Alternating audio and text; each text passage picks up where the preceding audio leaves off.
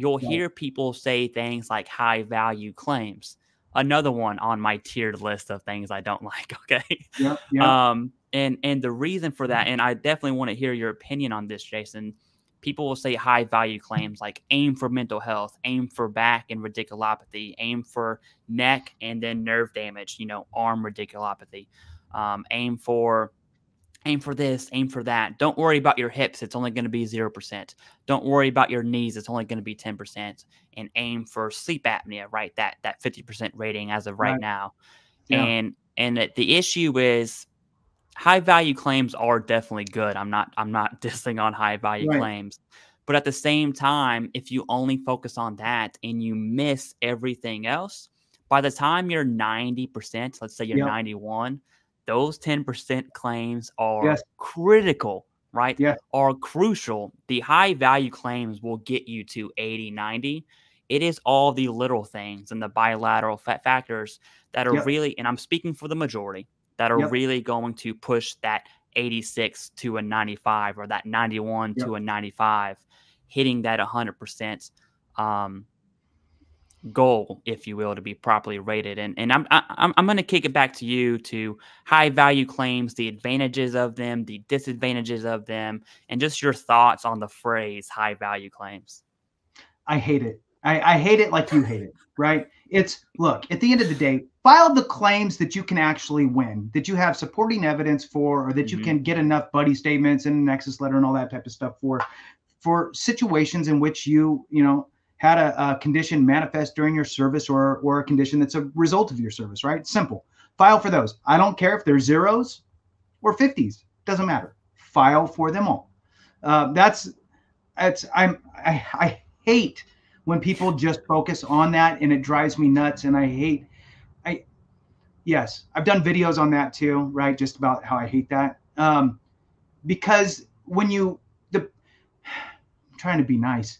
So when you have send it who go after only high value claims, it's funny because it's the same people that say you need to utilize your secondaries and that's how you get to 100%. Okay, well, the secondaries can come off of a 0 or a 10, and that opens the door for the secondaries. So in fact, a small, we'll call it low value claim, could potentially be worth more than your high value claim.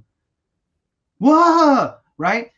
File for what you can file for. File for the things that you can document and prove and you have the evidence for, whether it's a ton of buddy statements and your own statements and whatever, right? This isn't a nexus video, but if you can get enough of the evidence together to support your claim, file for it, period. It's that simple. And that's one of the things. I don't do a lot of videos on specific conditions because it's such a nuanced thing. It's more about how do you support your condition? Did your condition show up here? Did you, can you get the evidence you need? File for it. Read the schedule of ratings. Understand where it's at. See where you fall, right? Look for secondaries. Google search your conditions. Secondary condition to X or X's secondary conditions. And believe me, there'll be lists that show up, whether it's attorneys that talk about it or the Mayo Clinic. Somebody's talking about it, and it's eye-opening, and you can understand. So as far as high-value claims are concerned, I love the fact that, I'll pat myself on the back, that I said that a low-value claim could actually be worth more than a high-value claim when you take into consider secondaries, right? Plus, a low-value claim, let's do this example, Clay. Let's say that you have high blood pressure, right? And it's service connected, done, right? And let's say that it's not bad. So you get a really low rating, super low, right? But then you die of a heart attack. That hypertension should be listed as a contributing cause of death, helping to cause that heart attack of which you died for, leaving now your dependents with the possibility of getting that dependency indemnity compensation. So if all you have is other claims that don't lead to that, but you died of a heart attack, well, you probably should have. Now, again, there's so much nuance. Your surviving spouse could still jump through the hoops, get you rated for your hypertension if you missed it and blah, blah, blah. But it's easier if you just are already rated for it, right? Hmm. I could keep going down this. I hate high value claims. File for what you deserve, and go from there. Oh yeah, and on the the veteran passes away, what survivor, while dealing with everything that comes with you dying, what survivor wants to deal with the VA about getting hypertension through DIC, getting it rated, after the Right. veteran passes away? You think we have a hard time submitting Right. VA claims? Yeah. Yeah. Yeah. They're going to have an extreme hard time. So, more food for thought.